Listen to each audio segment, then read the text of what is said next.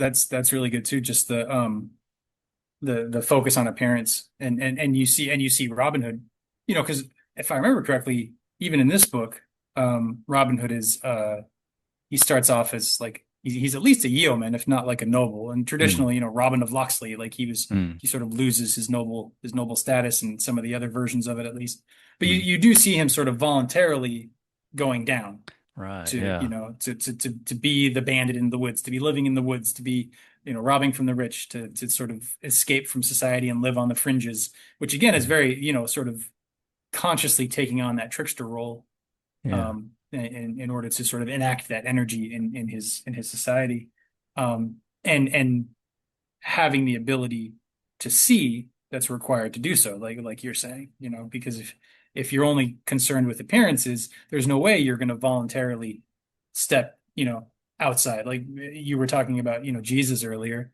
Jesus hung out with the tax collectors and the prostitutes, like same Right. kind of a Yeah. thing, said voluntarily going down to that lower level and trying to generate something from there. Yeah. Um, yeah. So that focus on appearances, and then the sort of inability to see because you were so focused on being Yeah. seen. Like that's really great. I Yeah. I love that. Um, I thought I had something to say, but I'm blanking at the moment. You got Yeah, I do. Well, so what you just said, I was thinking of how it's remarkable to me that many of the greatest teachers of history, like they said this about Confucius, I believe Buddha also had like literal criminals or people who had led a life of crime around them. No problem with that at all. It's there, it shows they're speaking to something true and deep in the society because it attracts people from every walk of life. hmm and it's recognizing that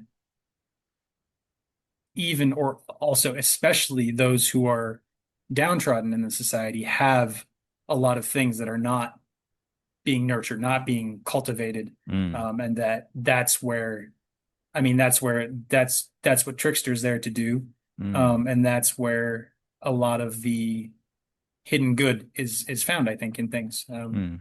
I don't know. I'm definitely not interested in trying to get into the center of town myself. No, thank you.